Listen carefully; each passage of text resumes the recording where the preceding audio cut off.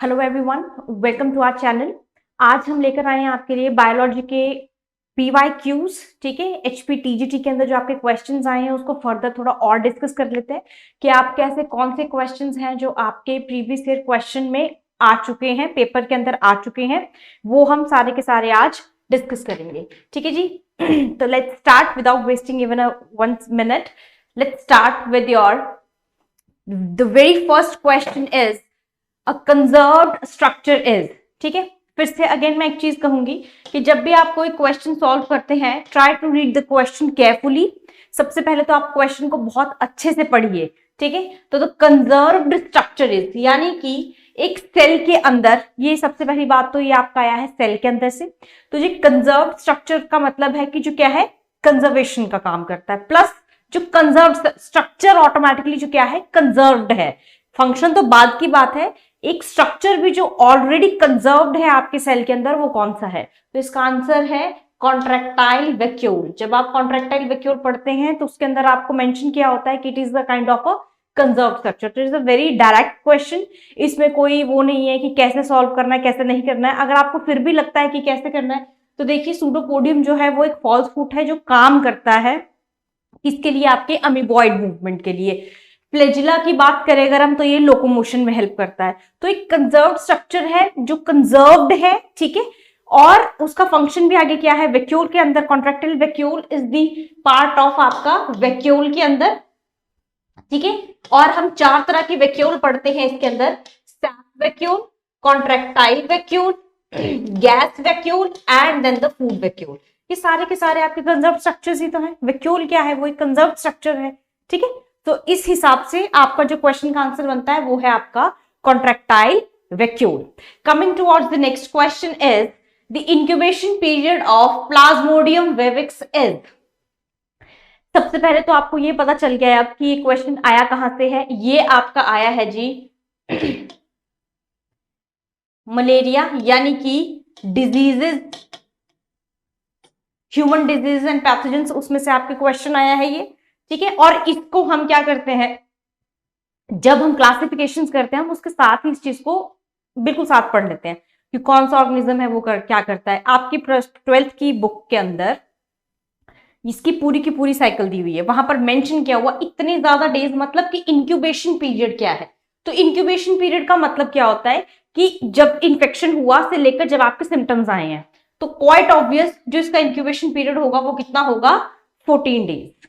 ठीक है, प्लाज्मोडियम वाइविक्स, और ये आपकी बुक के अंदर मेंशन भी है। तो it is again a direct question, इसमें भी कोई वो नहीं है। ठीक है, उसके बाद आता है क्लैमाडोमोनास शोज। क्लैमाडोमोनास जो है वो क्या शो करता है, आइसोगैमी, एनाइसोगैमी, उगैमी। देखिए ये सारे के सारे जो पार्ट है वो रिप्रोडक्शन के पार्ट है, और क्लैमाडोमोनास ये सारी की सारी चीजें शो करता है। ये इसके जनरल फीचर के अंदर हम पढ़ते हैं। तो अगेन मैं फिर से कहूंगी कि it is a direct kind of a question.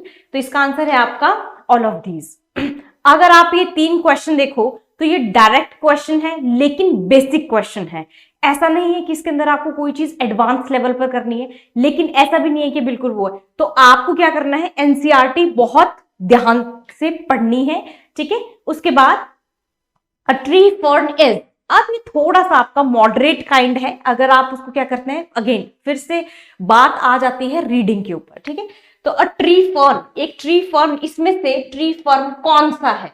तो इसका आंसर है आपका साथी। ठीक है, तो ये जो है आपके जो प्लांट्स हैं ये किसके अंदर आते हैं, आपके जब आप एग्जाम्पल्स करते हैं, जब आप फर्न यानी टेरिडोफाइट्स करेंगे, क्लासिफिकेशन करते हैं उसके, जब आप फर्न वाला प्लांट करते हैं यानी टेरिडोफाइट्स करते हैं, तो उसके अंदर आप इसके एग्जाम्पल्स करते हैं। ठीक है जी, next question is siphonogamy occurs in.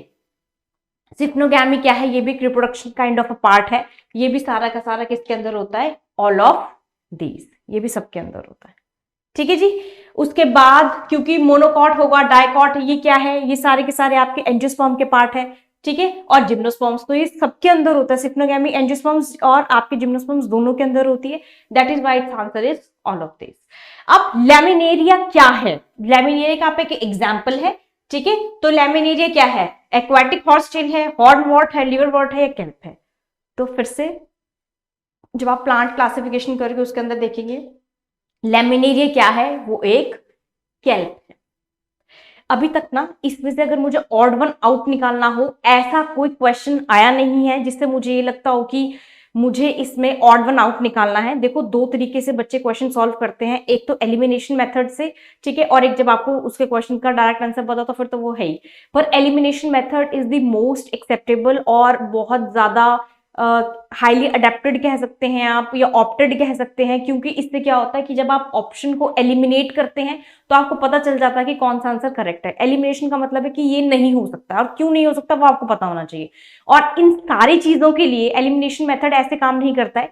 Elimination method को फॉलो करने के लिए सबसे पहले आपको सारे के सारे बेसिक कंसेप्ट क्लियर होने चाहिए। तो जब आपके बेसिक कंसेप्ट क्लियर हैं तो आपके लिए एलिमिनेशन मेथड करना बहुत ईजी हो जाता है, ठीक है। Next is apophysis in the capsule of Funaria is.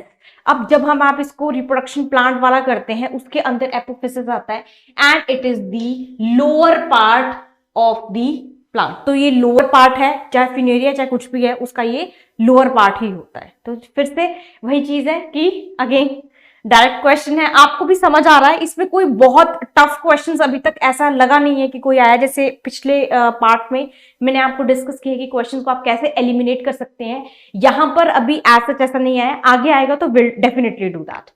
In a fern sporangium the number of spores is, कितने स्पोर्स होते हैं फर्न स्पोरेंजियम के अंदर? द आंसर इज 64, ठीक है।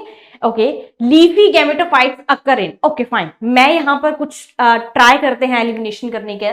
देखो, जब आप क्लासिफिकेशन करते हो, गैमेटोफाइट्स है, लीफी गैमेटोफाइट्स, ठीक है, कहां पर होते हैं? तो जो आपके लीफी गैमेटोफाइट्स होते हैं वो सबसे पहले स्टार्ट हो जाते हैं ब्रायोफाइट्स के अंदर, called as amphibians of the plant kingdom also, और उनका ये जनरल फीचर होता है। फिर से जब आप क्लासिफिकेशन करोगे तो आप वहां पर भी ये चीज पढ़ते हैं, ठीक है। तो इसीलिए कहते हैं कि जब आप कोई चीज पढ़ रहे हो तो उसको बहुत अच्छे से और बहुत डिटेल में कीजिए, सो दैट आपकी जो बेसिक कंसेप्ट है, क्वेश्चन बहुत ईजी आए हैं, टफ नहीं है इस पार्ट में। अगर मैंने आप देखूं तो क्वेश्चन बहुत इजी है, डायरेक्ट है, प्लस आपके क्या है, कंसेप्चुअल है। ऐसा कुछ नहीं है इसके अंदर कि आपको बहुत डिटेल में कोई चीज वो आई है। मॉस प्लांट डेवलप फ्रॉम, ये मॉस प्लांट जो है वो कहां से डेवलप होता है? तो अगर आप देखोगे ना, तो जब आप प्लांट क्लासिफिकेशन करोगे उसके अंदर जो रिप्रोडक्शन वाला पार्ट है दैट इज मोर इंपॉर्टेंट। यानी रिप्रोडक्शन जो है इन फ्लावरिंग प्लांट्स या रिप्रोडक्शन इन प्लांट वाला जो आपका चैप्टर है, it become the again the more important, क्योंकि यहां पर आपका क्वेश्चन जो ज्यादातर है वो प्लांट किंगडम से, प्लांट डाइवर्सिटी से आए हैं। तो मेक श्योर कि आपको जो प्लांट किंगडम है वो बहुत अच्छे से हो, क्योंकि वैसे भी आपका कोई सिलेबस नहीं है, it means the exam has settled know kind of boundaries. तो आपको यहां पर वो चीज डिटेल में करनी पड़ेगी on the graduation level. Moss plant develop from the structure called as protonema. तो जब आप इसकी वो डेवलपमेंट करते हैं, सेल डिवीजन, ये सारे चैप्टर्स करते हैं, तो फिर आप उसको डिटेल में करेंगे, और वहां पर ये आपको यहां से आइडिया लगता है हमें कि हमें किस तरीके से कौन सा चैप्टर जो है और या कौन सा पार्ट है वो कितना डिटेल में करना है, कितना उसके डेप्थ में जाके आपको उस चीज को, कंसेप्ट को क्लियर करना है। The next one is indusium occurs in, this is Pteris. इसका आंसर ये है, ये स्ट्रक्चर है। जब आप प्लांट की क्लासिफिकेशन करते हो, plant diversity is the most important. अभी तक देखो सारे के सारे क्वेश्चंस क्या हैं आपके प्लांट्स के ऊपर। तो प्लांट किंगडम बहुत अच्छे से करना है, प्लांट्स को डिटेल में करना है, ठीक है। वही सब हम क्लास में करेंगे, ठीक है। तो एक एक प्लांट को हम देखेंगे कि कैसे डिस्कस करना है, कौन से आपके प्लांट्स है जो आए हैं। और प्लांट्स की क्लासिफिकेशन जब आप प्लांट डाइवर्सिटी करेंगे तो उसके अंदर आपका चैप्टर द मोस्ट इंपॉर्टेंट बन जाता है, और फिर हम इसको क्लास के अंदर डिटेल में और कैसे करना है वो सब हम आपको क्लास में बताएंगे, ठीक है। उसके बाद which one is the earliest land plant, ठीक है। तो जो अर्लीस्ट लैंड प्लांट है इसके अंदर वो है आपका कोक्सोनिया, ठीक है। ये सबसे पहला प्रिमिटिव माना जाता है आपका प्लांट, ठीक है। तो ये प्लांट डाइवर्सिटी की जब इंट्रोडक्शन करते हैं तो वहीं पर आपको ये चीज मेंशन होती है कि कौन से अर्लीस्ट है, फिर प्रिमिटिव, फिर उसके बाद कौन सा है, यानी कि हायरार्की। तो जब आप हायरार्की करते हैं तो वहां पर भी आपको ये चीज क्लियर हो जाती है। तो हायरार्की ऑफ प्लांट किंगडम या प्लांट डाइवर्सिटी जब आप करते हैं, वहां पर हिस्ट्री ऑफ क्लासिफिकेशन के अंदर भी आप ऐसी चीजें पढ़ते हैं। तो ये ओरिजिन से क्वेश्चन आया है, ठीक है। तो ये क्या है आपका, इसी से है। Feulgen test is specific for, again ये आपका वो है स्टैट्स, उसमें है बायोकेमिस्ट्री से क्वेश्चन है। तो जो फ्यूलगन टेस्ट है वो हम करते हैं डीएनए के लिए, ठीक है जी। उसके बाद most abundant protein in the human body is, सबसे abundant protein, most abundant protein कौन सा है? अच्छा, यहां करने की कोशिश करते हैं उसको, एलिमिनेशन मेथड को। देखो HB का कंटेंट जो है, दिस इज HB, क्या ये मोस्ट अबंडेंट प्रोटीन है? देखो हीमोग्लोबिन है तो प्रोटीन, ये भी प्रोटीन है, ये भी प्रोटीन है, ये भी प्रोटीन है और ये भी प्रोटीन है, चारों के चारों प्रोटीन के पार्ट है। अब आप इससे कैसे फाइंड आउट करोगे? देखो HB है, वो आपका क्या है? प्रोटीन है जो आपके ब्लड के अंदर प्रेजेंट होता है, ठीक है फाइन, पर ये ग्राम्स में होता है, मोस्ट अबंडेंट है, देख लेते हैं। कैराटीन जो है वो आपका ऐसा प्रोटीन है जो आपके हेयर स्ट्रक्चर्स और यहाँ प्रेजेंट होता है, नेल फेदर्स यहाँ पर है, ओके फाइन। इम्यूनोग्लोबिन जो है ये आपके क्या बनाता है? इम्यूनिटी में हेल्प करता है, ठीक है।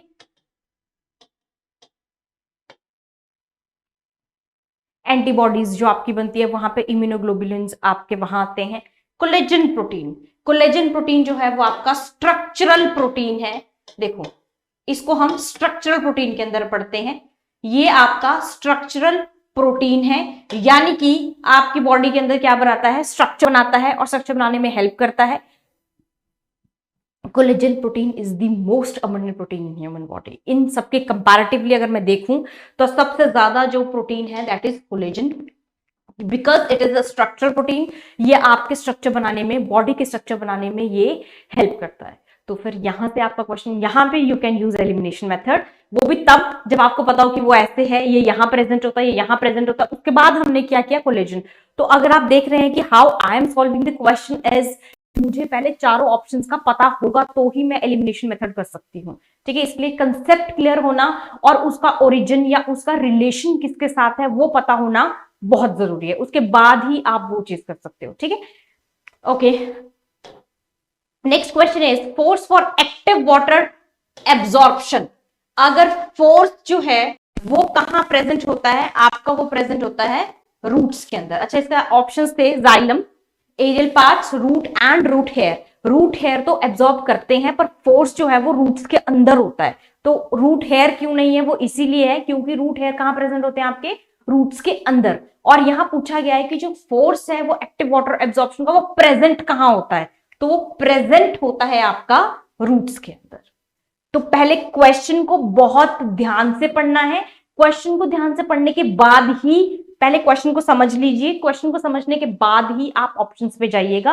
अगर आपको क्वेश्चन गलत समझ आया, एक हल्का सा भी कोई एक क्वेश्चन का इधर उधर हो गया, तो फिर आपको लगेगा कि, क्योंकि जो ऑप्शंस होते हैं ना वो हमेशा रिलेटेड होते हैं, ऐसा नहीं है कि एक क्वेश्चन कहीं और से, ऑप्शन कहीं और से आ जाएगा, तो इतना इजी नहीं होता है। That is why they are competitive exams, क्योंकि इनमें हल्का सा डिफरेंस होता है, बस वो हल्का सा डिफरेंस आपके कंसेप्ट से क्लियर हो जाता है। जब हम क्लास के अंदर पढ़ते हैं, जब हम क्लास के अंदर कंसेप्ट करते हैं, तो हम इसीलिए करते हैं क्योंकि हम उसको पहले ही कंपेयर करके वो चीजें पढ़ते हैं कि इसमें ये है तो ये होगा, ऐसा आएगा तो ऐसा करेंगे, ऐसा आएगा तो ये ऑप्शन होगा, ठीक है जी। Okay, next one is critical elements are. Critical का मतलब होता है the most important elements. Critical मतलब सीरियस वाला नहीं है। हाँ, अगर आपको क्रिटिकल वैसे समझना हो तो क्रिटिकल एलिमेंट्स क्या है? They are the most important and the most needed kind of elements जो आपको जरूरत होती है। तो सॉइल के अंदर जो मोस्ट नीडेड एलिमेंट्स हैं वो आपके इनमें से कौन से हैं? तो सबसे ज्यादा जरूरी, अगर आपने देखा हो, जैसे हम नाइट्रोजन फिक्सेशन करते हैं, कुछ भी है तो सोडियम पोटेशियम पंप है, कुछ भी ऐसी चीजें जब हम करते हैं, ये सॉइल के अंदर किसी भी क्रॉप के प्रोडक्शन या किसी भी चीज के प्रोडक्शन के लिए, उसकी फर्टिलिटी के लिए, किसी भी क्रॉप के प्रोडक्शन के लिए जो इंपॉर्टेंट आपके एलिमेंट्स हैं, वो जब हम बेसिक एलिमेंट्स करते हैं उसके अंदर हम इन चीजों को पढ़ते हैं, तो वहां पर हम देखते हैं कि जो क्रिटिकल एलिमेंट्स के अंदर आते हैं वो आते हैं आपके nitrogen, phosphorus and potassium. This is the answer. फिर से डिटेल है, क्योंकि जब आप इसको अच्छे से करेंगे तो फिर आपको वो डिटेल में, अब आप लोगों को लग रहा होगा कि मेरे लिए ये चीजें इजी हैं तो मैं ऐसी चीजें कह रही हूं, ऐसा बिल्कुल नहीं है। जब आपके कंसेप्ट क्लियर हो जाएंगे तो शायद आप मुझसे as comparing to myself आप इन चीजों को जल्दी सॉल्व कर लेंगे। बात सिर्फ इतनी होती है कि जब आप किसी चीज को कर रहे हैं तो आप उसको कैसे कर रहे हैं। मैं बार बार एक ही चीज कहती हूं कि जब आप कोई कंसेप्ट करते हैं तो इट बेसिकली डिपेंड्स अपॉन कि आप उस चीज को कैसे पढ़ते हैं। अब मान लीजिए अगर मैं कोई सेल चैप्टर कर रही हूं, सेल चैप्टर करने का भी एक बहुत तरीके होते हैं हर एक सब्जेक्ट को पढ़ने का एक वे होता है। तो जैसे कि I belong to a biology subject, तो मैं आपको अपने सब्जेक्ट का ये बता सकती हूँ कि बायोलॉजी के अंदर कोई भी चीज इतनी मुश्किल नहीं है और कोई भी चीज इतनी इजी भी नहीं है। तो फिर है क्या? The thing is understanding of biology. आपको सिर्फ बायोलॉजी का मतलब समझना है कि वो डिमांड किस चीज की कर रहा है, प्लस आप सामने पीवाईक्यूज रखिए। आप अपने सिलेबस के अंदर जब आप कोई चैप्टर करते हैं उसके साथ साथ आप पीवाईक्यूज रखिए और आप देखिए कि कैन यू सॉल्व इट। अगर आपसे सॉल्व हो रहे हैं तो यानी आपका कंसेप्ट बिल्कुल सही जा रहा है। अगर आपको लगता है कि कहीं पे प्रॉब्लम हो रही है तो फिर इसका मतलब ये है कि आपको उस कंसेप्ट को दोबारा से पढ़ने की जरूरत है।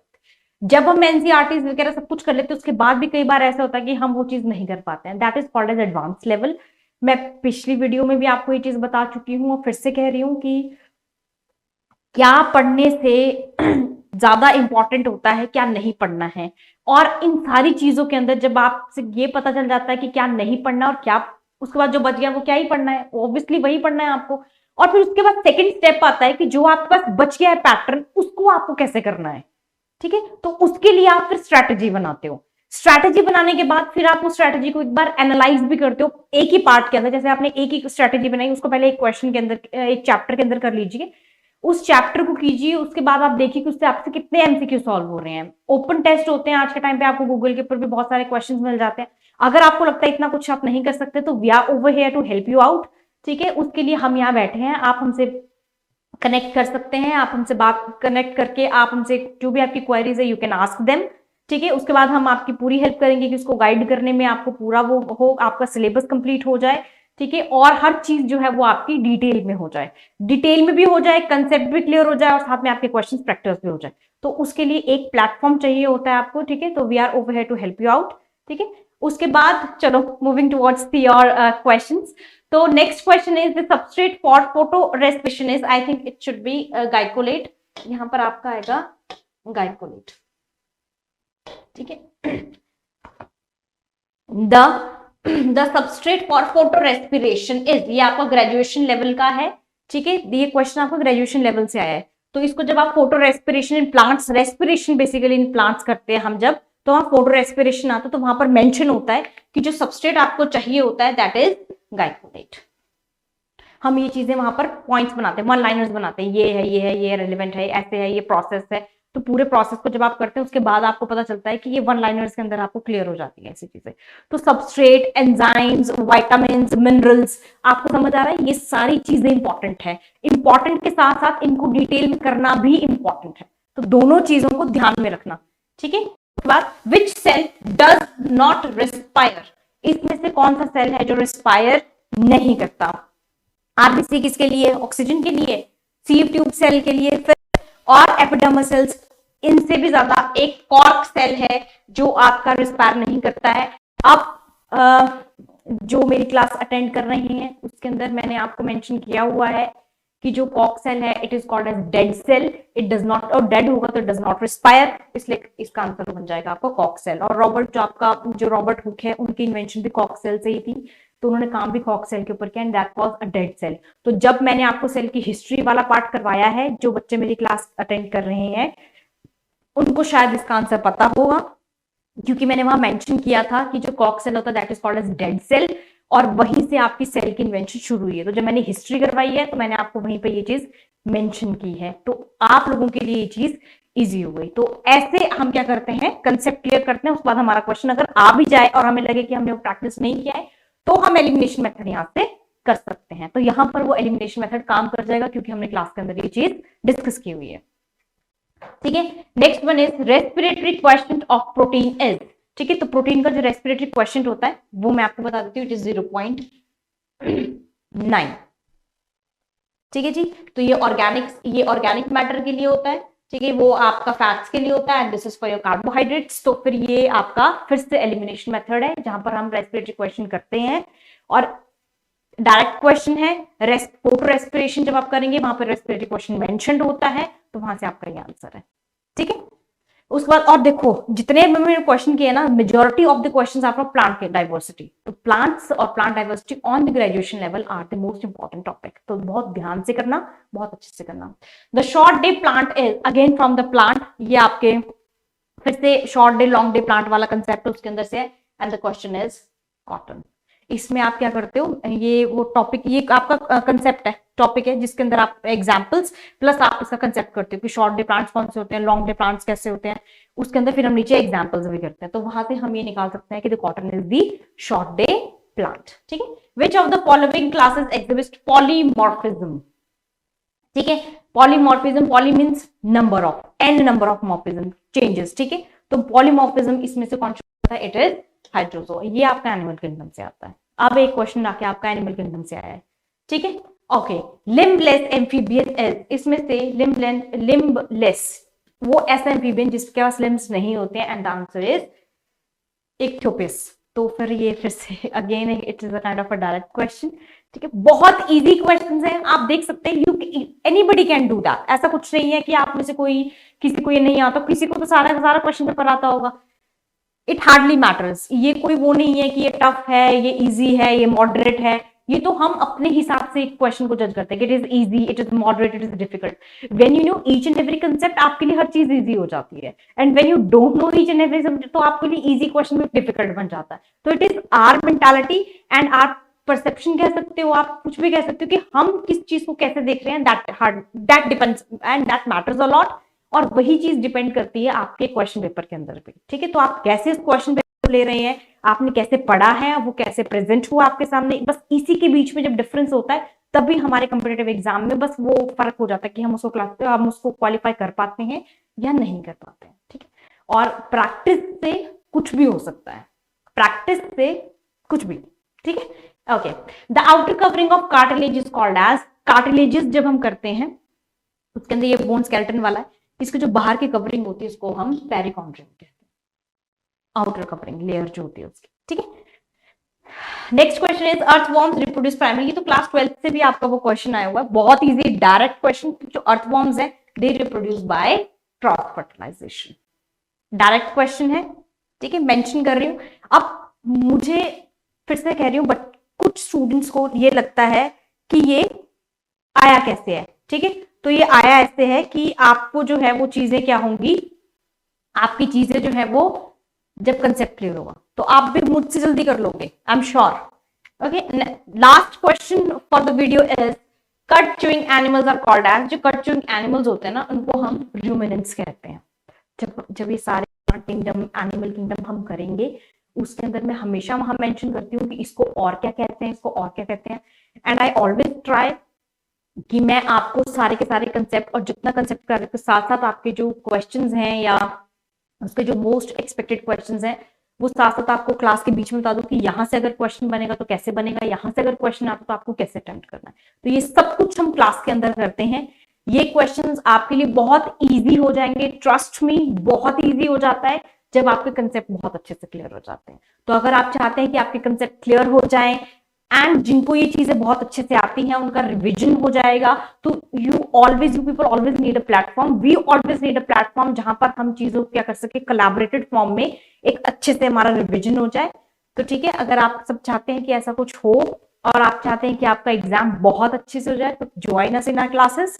ठीक है, और जो ऑलरेडी मेरी क्लासेस में ज्वाइन है उनको ये चीजें धीरे धीरे समझ आ रही है, इसमें से कोई क्वेश्चन आया भी होगा तो आप लोगों के लिए वो चीज जैसे कॉक्सेल वाला तो it becomes easy, elimination method से वो फिर आपका क्या हो जाता है, इजी हो जाता है। तो आप जब क्लास के अंदर आएंगे आपको हर एक चीज बहुत इजी लगेगी, क्योंकि we will do everything, every difficult concept in a very easiest manner कि आपको वो सारी की सारी चीजें क्लियर हो जाए। ठीक है, so that's all for the today.